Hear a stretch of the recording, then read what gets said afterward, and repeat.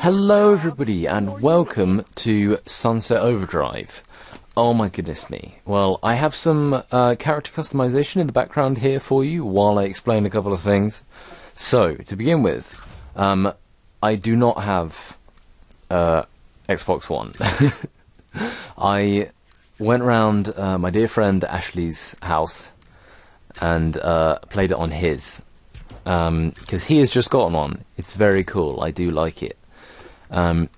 If you don't know who he is and you aren't subscribed to him, his YouTube channel is Killwasp. I will link it below.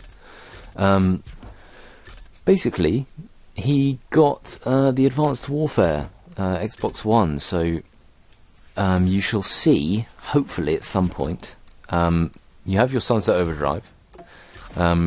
You'll be seeing some Advanced Warfare up, because I have some of that, I just need to edit it, I know. And then some Horizon 2 as well. So, those three at the minute. Those are the only three he has. I really felt like making a Sunset Overdrive video. You know, he said it wasn't really something that he'd want to do videos on, but it isn't the sort of game he has on his channel anyway. So, I can understand that a bit. I can't actually remember if he has a new GTA on his channel. I think that's the nearest thing I could sort of liken it to. But, anyway, let's get to the game. I actually really liked the character customization on this. I was kind of going for a theme to start with, of like Hulk sort of thing, stop saying like. If you notice, me at the minute, my daily college vlogs, aside from the muscles, forget the muscles, I actually look a fair bit like that facial character, excluding the eyes as well. I don't have eyes like that. Goodness, and my teeth aren't that good. Blimey. But, yeah, you get some really cool cutscenes in this. I really like the cutscenes. I'm a big fan. It's kind of, well, it's very very much like Borderlands cutscenes. And, within about, I think, the first hour or so of playing, say half an hour to an hour, you meet a few people, and the first guy you meet is this Walter chap, who's quite funny. It's a long shot, but if any of you know who Jeff Dunham, the ventriloquist, is, this Walter chap always reminds us of the character Walter that Jeff Dunham has, and we were just in stitches for a minute because he does actually look a little bit like him as well.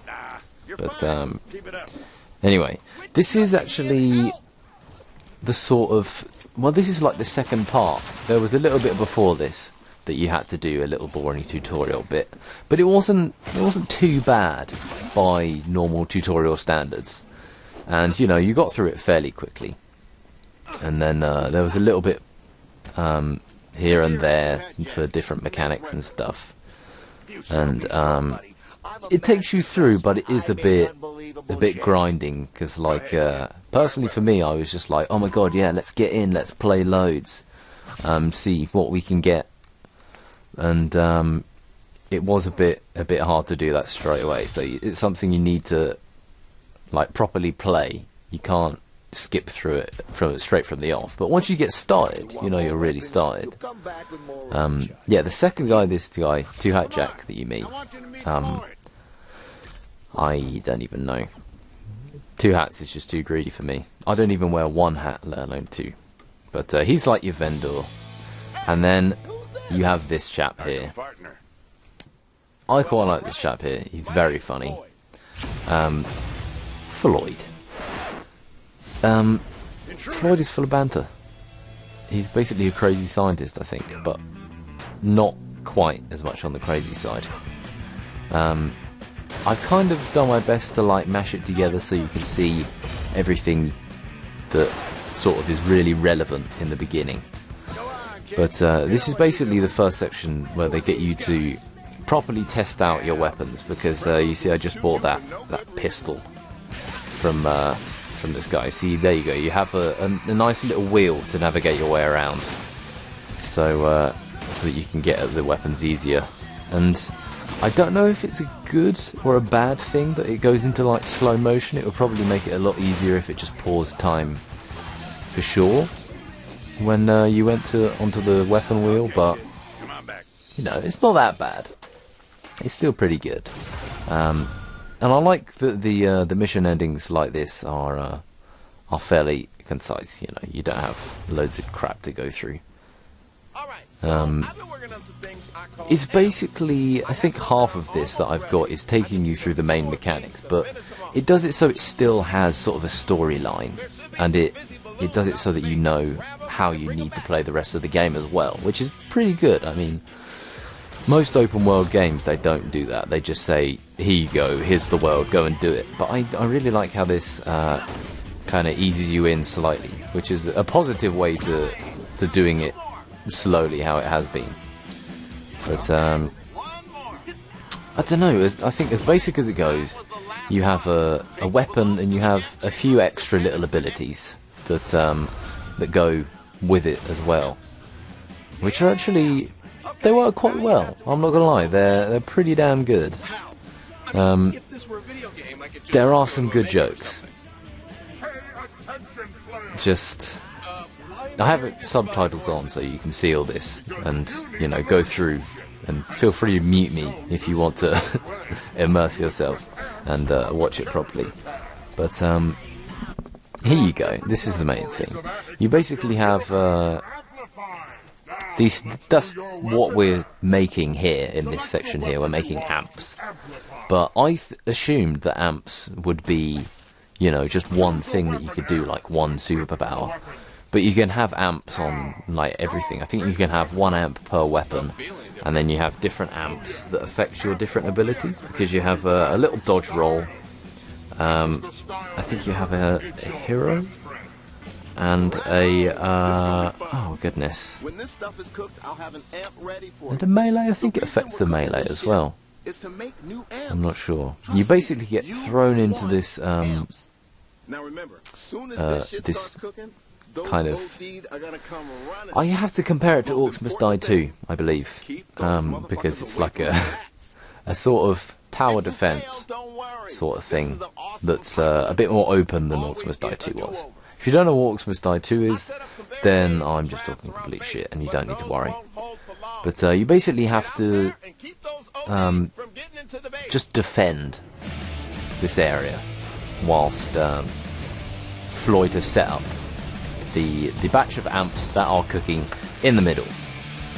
I didn't think that these animations here were too good.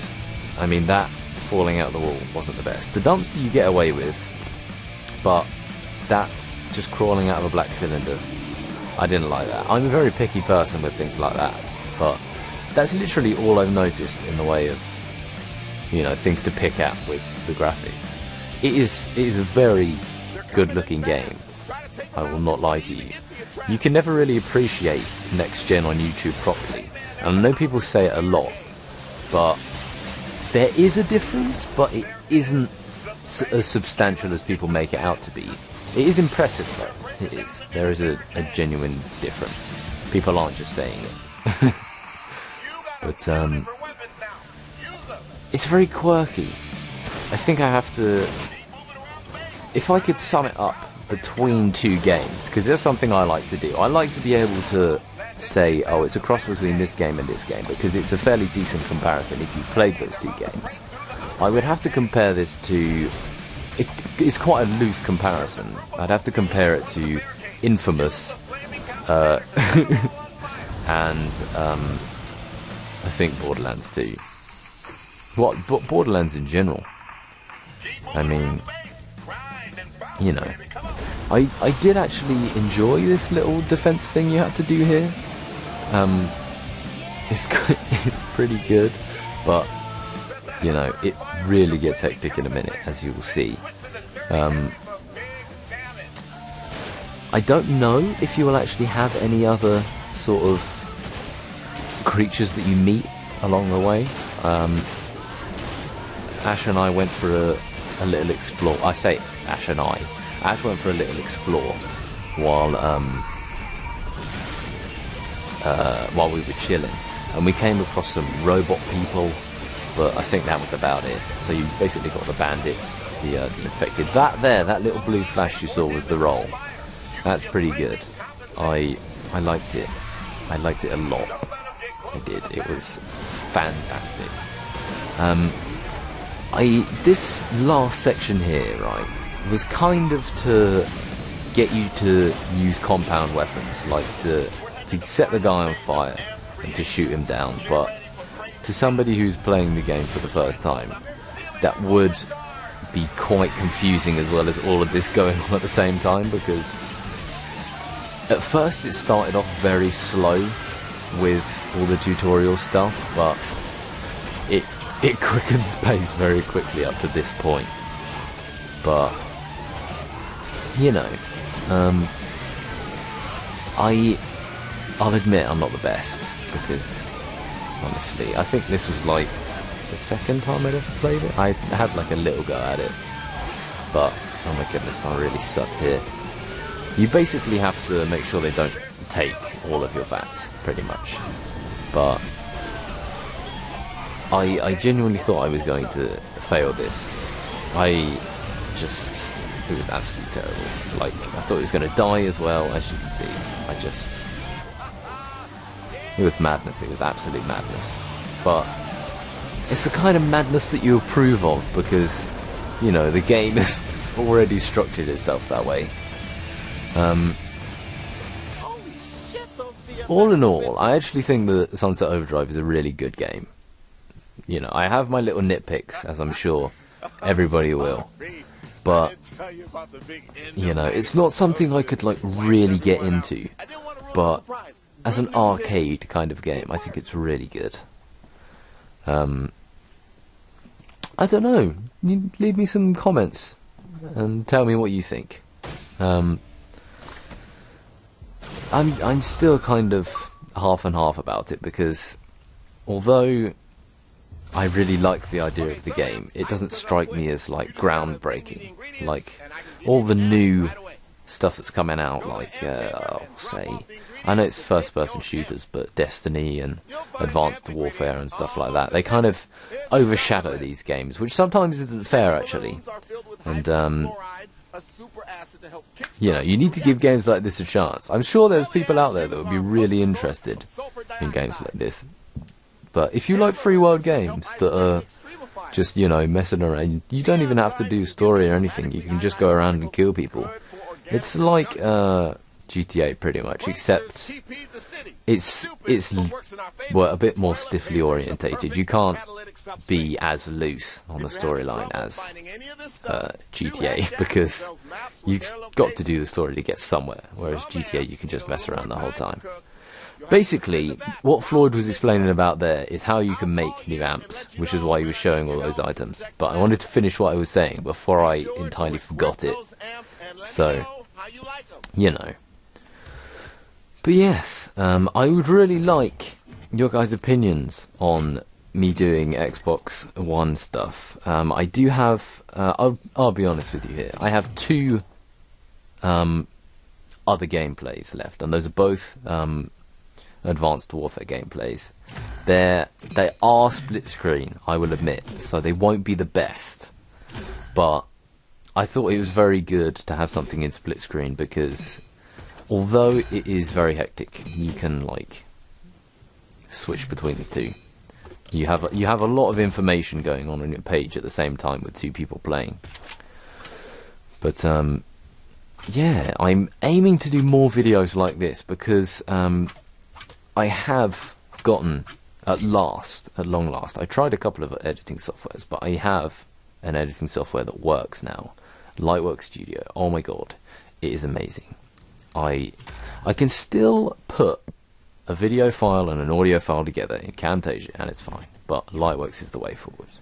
Thank you guys very much for watching this. I hope you enjoyed, and I will see you next time.